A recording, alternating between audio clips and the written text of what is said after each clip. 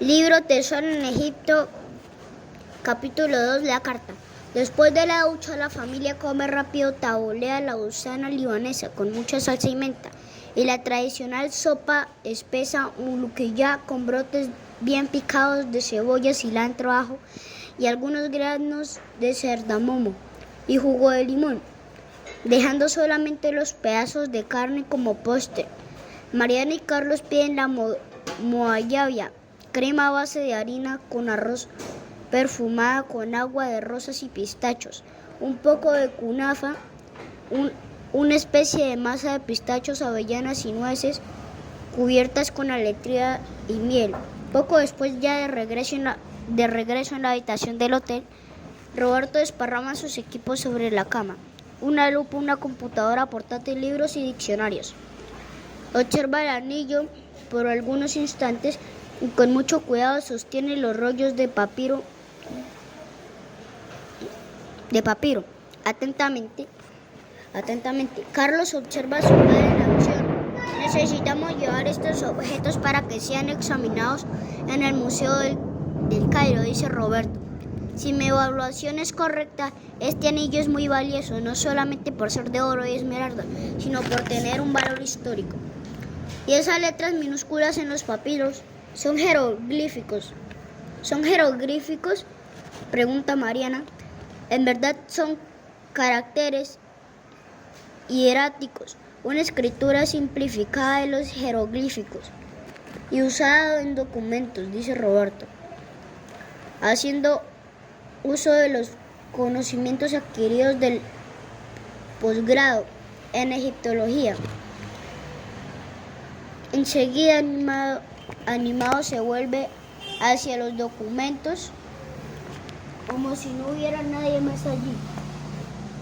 El excelente estado de conservación de los papiros preservados en el cántaro y el clima seco de la región le estimula a dar una mirada al contenido antes de llevarlo al museo. Transcurren algunos minutos y Carlos, sin poder contenerse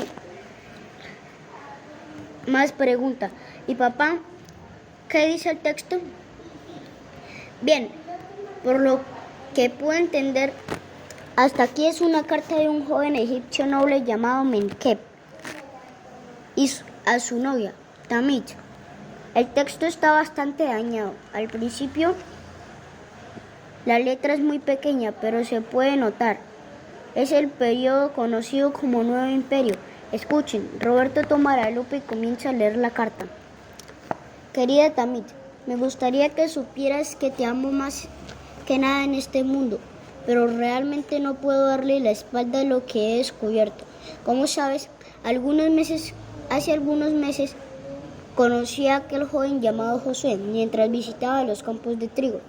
Llegamos a ser muy buenos amigos y hablamos mucho acerca del significado de la vida y la importancia de la religión para las personas. Me quedé impresionado al percibir que, aun siendo hijo de esclavos, Josué poseía gran conocimiento acerca de la religión. Es el hijo de una fiel familia hebrea que desde pequeño fue enseñado a creer en el Dios creador de los cielos y de la tierra. Cuando él me habló de ese Dios por primera vez, no pude comprender cómo podía adorar a un Dios que no se puede ver y que permitía que su pueblo fuera mantenido como esclavo. Después entendí que el Dios de los hebreos es tan grande e inigualable que sería imposible representarlo, y él tiene un plan especial para todas las personas que lo aman, aunque ese plan conlleve algún sufrimiento. Ese Dios no se encarna en animales como el carnero, a quien llamamos Amón, el secreto de la vida que se revela en el viento invisible y en cuyos cuernos traza el desarrollo armonioso de la creación. No, el Dios único de los hebreos no necesita nuestros templos ni sus estatuas. Comienzo a sentir que nuestras creencias son muy extrañas, como la que dice que las aves, cuando están en el universo de energía, tienen la forma con cabeza humana y se alimentan de la luz, y cuando se debilitan Las fronteras de la tierra adoptan la forma de golondrinas u otra ave migratoria. Siempre nos enseñaron que aquellas son nuestros antepasados resucitados que interceden junto al sol para que su fuego no nos destruya. Que ellas son los que inspiran el pensamiento de un faraón y le trazan un camino que los ojos no pueden ver sinceramente.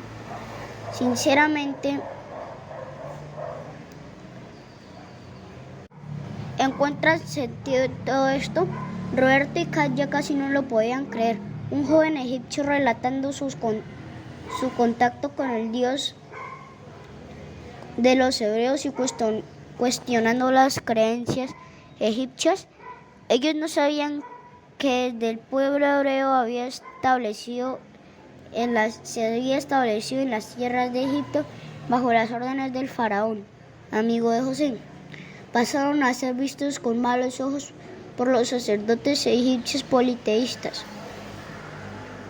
Si el Dios único de Israel llegara a ser conocido entre el pueblo egipcio, eso sería una amenaza al poder de los sacerdotes, considerados mediadores entre los dioses y los hombres. Pasaron entonces a enseñar a las personas a odiar al pueblo hebreo y a su Dios. De ahí la sorpresa frente al contenido de los papiros. ¿Qué es ese universo de energía mencionado en la carta?, pregunta Carlos. Es el Duat, explica Katja, o Tuat, agrega el arqueólogo. En la religión egipcia era el nombre de las 12 regiones del reino de los muertos. En esas regiones, el nombre de las 12 en esas regiones, la barca de un millón de años de Ra navegaba todas las noches. Ra era el dios del sol. Los antiguos egipcios, continúa diciendo Katja. El principal centro de adoración de ese dios se encontraba en una ciudad llamada Lunu, o Lunemt, que significa el pilar o pilar del norte. Y adivinen con qué nombre conocemos hoy esas ciudades.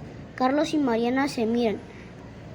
Ya habían escuchado hablar acerca de esa antigua ciudad que adoraba Ra. Creo que lo sé, dice Carlos. Heliópolis, exactamente, sonríe Roberto orgulloso de su hijo. ¿Y Heliópolis aún existe? ¿Heliópolis aún existe? Tan solo sus ruinas, arriesga Mariana. Y tiene un montón de arqueólogos pellizcando allá.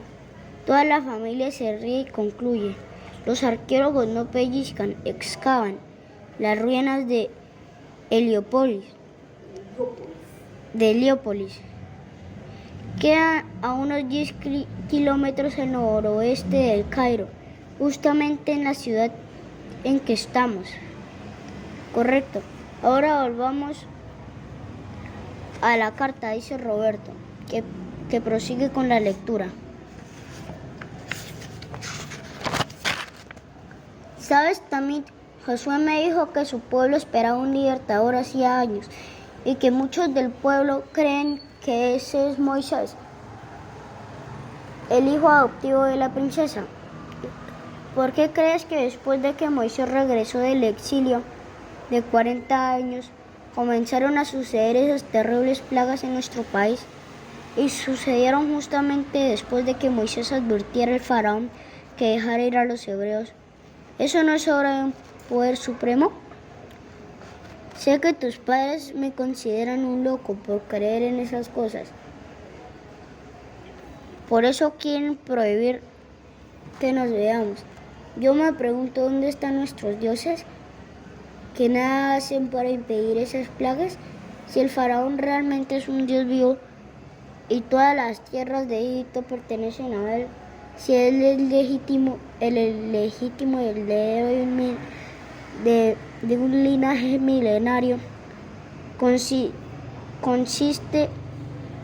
de la grandeza divina de la pequeñez humana cuya verdadera patria es el cielo estrellado. Si es Él quien mantiene la conexión de la tierra con el más allá que garantiza el futuro, es una promesa de eternidad. ¿Por qué no puede evitar que los juicios del Dios? ¿Por qué no puede evitar el juicio del Dios de los hebreos? Menkek hablaba de una realidad en el antiguo Egipto, después de la unificación del Alto y Bajo Egipto, por parte de aquel que se transformaría el primer faraón, Menes, en el año 3100 a.C. El monarca asumió el papel de supremo mandatario, concentrando en sus manos todos los poderes y apropiándose de todas las tierras. La población debería pagar tributos a él y servirlo. A eso se le llamó servidumbre colectiva. Reforzando su poder, el faraón encarnaba también elementos religiosos, pasando a ser considerado un dios vivo y siendo adorado como tal. Por eso se le llamó monarquía teocrática. El régimen político del antiguo Egipto, cuando Moisés le pidió al faraón que liberara al pueblo hebreo, el monarca se sintió desafiado. El orgullo se le subió hasta la cabeza y aún presenciando tremendas manifestaciones del poder de Dios, se negó a conceder que le pidiera se negó a conceder lo que le pedía el representante hebreo. Roberto, es increíble, exclama Katya. Este papiro es como el papiro de Impur. Es un relato extrabíblico de las plagas divinas sobre Egipto, porque no existen más referencias acerca de esa historia fuera de la Biblia, pregunta Mariana. Lo cierto es que perfectamente comprensible, comenta Roberto, levantando los ojos del papiro por un momento. Los escribas y los historiadores egipcios raramente registraban infortunios y experimentaban desagradables sucedidas con el rey. Buscaban siempre exaltar los hechos del faraón y escribir acerca del éxodo. Quemaría la película El faraón, ¿verdad? En el caso de la historia egipcia del éxodo, se refiere a la salida de los hebreos de Egipto y dio nombre al segundo libro de la Biblia. Exacto, hija. Ahora déjame leer un poco más. Querida Tamit, habrás observado las maneras en que el Dios de los hebreos viene tratando de convencer al faraón. Primero hizo que el gran Nilo, el cual nuestro pueblo considera sagrado, se transformara en sangre, como de un muerto, e hizo salir de él, al mando del hermano de Moisés, miles de ranas que cubrieron todo Egipto, y después murieron las ranas dando mal olor y dejando en evidencia que no se trataba de mera magia, como nuestros sacerdotes trataron de hacernos creer. ¿Recuerdas la plaga de los piojos que impidió los cultos a los dioses egipcios? ¿Y la plaga de las moscas cuyas picaduras eran dolorosas? Es realmente interesante cómo Dios usó los mismos objetos del culto egipcio para llevarlos al arrepentimiento. y mostrarles cuán útil era confiar en aquellas cosas, comenta Calla. Es verdad, añade Roberto, para entrar en los templos egipcios, los sacerdotes debían someterse a una higiene rigurosa, raspando todos los pelos del cuerpo, incluso atestados por piojos. La adoración pasaba a ser imposible. ¿Y las moscas?, pregunta Carlos. En Egipto también eran adoradas como un dios que según ellos los protegían de los enjambres de moscas voraces. Y la misma situación se repitió con la plaga de langostas, que también eran adoradas por los egipcios. Dice Calla. Noten cómo Menkeb entendió bien el significado de los flagelos divinos. Sigue Roberto.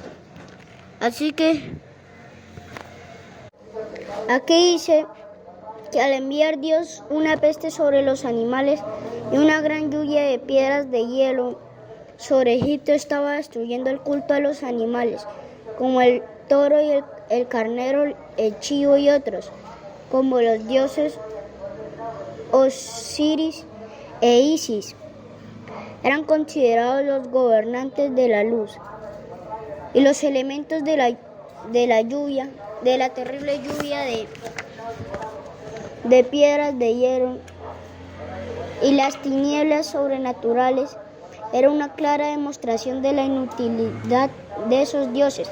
Y escuchen lo que Menkeb sigue diciendo. Por esos y otros motivos, mi estimada Tamit, estoy seguro de que aquel Dios de los hebreos es el único Dios verdadero.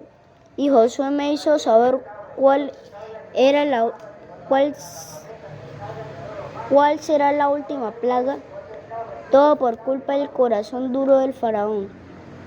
Los primogénitos de Egipto serán alcanzados a menos que sus padres pongan en los umbrales de la casa, de la puerta de sus casas, la sangre de un cordero. Quizás estés pensando que será suficiente para salvarse, pero yo te digo que la mayoría de plagas no alcanzaron al pueblo de Israel. Estoy seguro de que esta tampoco caerá sobre aquellos que crean.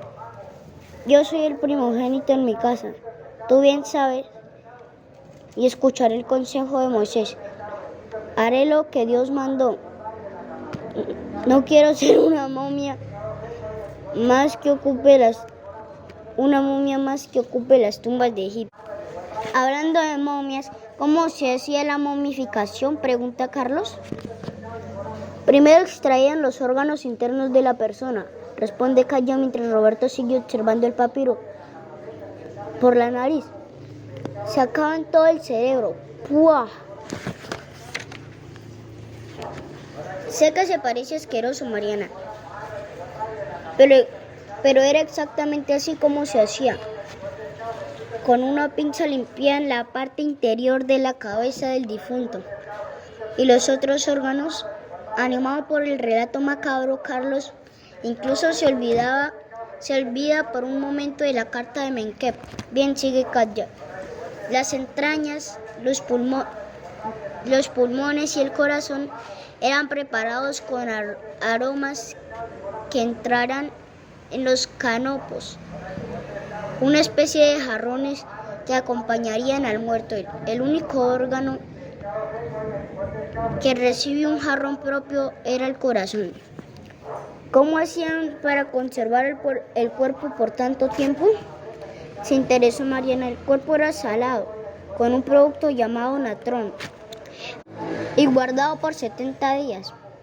Pasado ese tiempo era lavado y después envuelto en fajas de tela de lino, cubiertas con una goma de resina para que se fijaran en el cuerpo. Esas mismas fajas envolvían la cabeza, dejando apenas el rostro descubierto. Las partes abiertas del cuerpo, como las orejas, los ojos, las fosas nasales, la boca y el corte hecho en el pecho para extraer los órganos internos, eran cubiertas con una mezcla de varios productos como cera de abejas, gomas, resinas, aserrín, se oye nuevamente en el trono. Qué cosa tan complicada, ¿no? Dice Carlos. En los entierros también estaban las plañideras, que indignan los adolescentes. Después de que la momia estaba preparada, introducida en un sarcófago colocado en un trineo tirado por bueyes, se organizaba el cortejo fúnebre.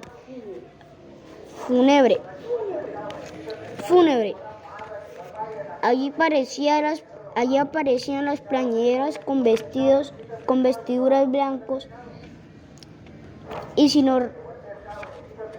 ornamentos. Se golpeaban el pecho y se cubrían la cabeza del polvo de la tierra. Desoladas se lamentaban y lanzaban gritos de dolor por el muerto. ¿Para qué hacían todo eso? Los egipcios creían que las plañideras ayudaban al muerto a pasar a la vida eterna. Mariana, el luto en verdad era una verdadera institución en Egipto. Los hombres dejaban de afeitarse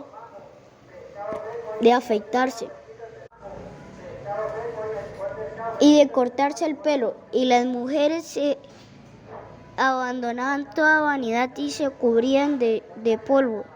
Y todo eso duraba 70 días, que era el tiempo en el que el cuerpo del fallecido pasaba lejos de los familiares en las manos de los embalsamadores.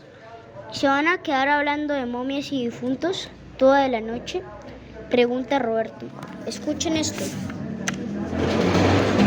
Por eso te estoy escribiendo esta carta. Quiero que vengas conmigo y te unas al pueblo de Dios. Yo sé que Egipto es un sueño realizado, un paraíso que todos los días ofrece sus maravillas con la generosidad de una madre inagotable, la felicidad que corren las olas de aquellos que saben apreciar la sombra de un palmar, la miel de un dátil, la canción del viento, la belleza del loto o el perfume de los lirios. Pero ¿qué es todo eso sin la paz del espíritu? ¿Qué sé que tú también buscas, sin la certeza de estar del lado de Dios verdadero? Somos egipcios y siempre lo seremos, pero Josué me dijo que su Dios no hace acepción de las personas. Ven conmigo, querida. Probablemente esta decisión será aún más difícil para ti de lo que fue para mí. Como la hija de los nobles, estás acostumbrada a las comodidades del palacio real. Las paredes revestidas en cerámica barnizada, cuyos colores brillantes deslumbran a los visitantes. Pero ¿recuerdas cuánto abandonó Moisés para llegar a ser siervo del único Dios? Fue criado como príncipe, educado en toda la cultura de Egipto. Era un gran estratega militar, un sabio. Tenía un futuro brillante en Egipto, pero consideró todo eso como nada para aceptar y abrazar la verdad que ardía en su corazón. Es en ese nombre de nuestro amor y sobre todo el nombre del único Dios y el creador del universo y del universo. Te propongo que huyamos. Quiero decirte también estas palabras. Tú eres la única, la bien amada, la sin igual, la más bella del mundo. semejante a una estrella brillante del año nuevo, a las puertas de un buen año, aquella cuya gracia resplandece, cuya piel brilla, de mirada clara, dulces labios, largo cabello, cabellera de lapilazuli, dedos semejantes a de copas de loto, de noble andar. Cásate conmigo, Tamiti, y sirvamos al Dios verdadero. Sin embargo, si decides quedarte, respetaré tu decisión. Qué hermosas palabras, suspiró Mariana. Era un canto de amor que las jóvenes egipcias apreciaban mucho. Papá, ¿será que Tamit aceptó la invitación de Menqueb? Preguntó Mariana en tono de ansiedad. Bien, Roberto miró su reloj. El tiempo corre, no podemos quedarnos con este material tan precioso aquí. Vamos al museo y allí podré traducir el resto de él. Roberto se interrumpió bruscamente por un ruido de madera partiéndose. Asustados, los cuatro se dan la vuelta hacia la puerta de la habitación ahora derribada y ven a 5 hombres armados, vistiendo largas galavillas y con anteojos oscuros. Entrar rápidamente en la habitación. Los dos de ellos inmovilizan a Roberto y los otros 2 sostienen a Katya y a los hijos. ¿Quiénes son ustedes y qué quieren de nosotros?, pregunta Roberto nervioso. Somos nosotros quienes hacemos las preguntas aquí, dice en inglés uno de los hombres. ¿Dónde está el mapa del tesoro? ¿Qué mapa? No sé de qué están hablando, no juegues con nosotros. Si valoras a tu familia, dime dónde está el mapa. Uno de nuestros hombres casualmente escuchó decir a su hijo que habían encontrado un mapa del tesoro escondido en la piedra de una pirámide cercana a Keops. Es todo verdad, jefe. Aquí está el anillo de Atbuya que Atbuya nos habló. Solo que no encontré el cántaro. Entonces, ahí está la prueba. Donde hay humo hay fuego, y donde hay anillo de oro hay tesoro. ¿Qué dice el mapa? Lea usted mismo el mapa. Está allí sobre la cama, señala Roberto. No juegues conmigo, responde el jefe abofeteando a Roberto. Yo no tengo la menor idea de qué significan esas letras. O me dices que está escrito o pagamos a tu hija ahora mismo. El hombre que sostenía a Mariana le apuntaba con un revólver mientras la jovencita intentaba ahogar el llanto. Roberto, notando que ellos no estaban para chistes, decía entrando en el juego. Está bien. Les leo solo que hay un problema. No tuve el tiempo para traducirlo todo aún. Eso tardó un poco. Entonces, ustedes vienen con nosotros. Y si están mintiendo, considérense una familia desaparecida. Jefe, es mejor que nos vayamos pronto. La policía puede llegar en cualquier momento, dice uno de los hombres mirando por la habitación. No te preocupes, Mustafa. En aquel escondrijo de las márgenes del Nilo, nadie nos podrá encontrar, garantiza el jefe. Y usted, señor, sábelo todo. Tome el cántaro donde estaban el papiro y el anillo, que también debe tener algún valor en el mercado negro de Requiles. Y antes de pensar en alguna tontería, recuerde que tenemos armas apuntando a su familia.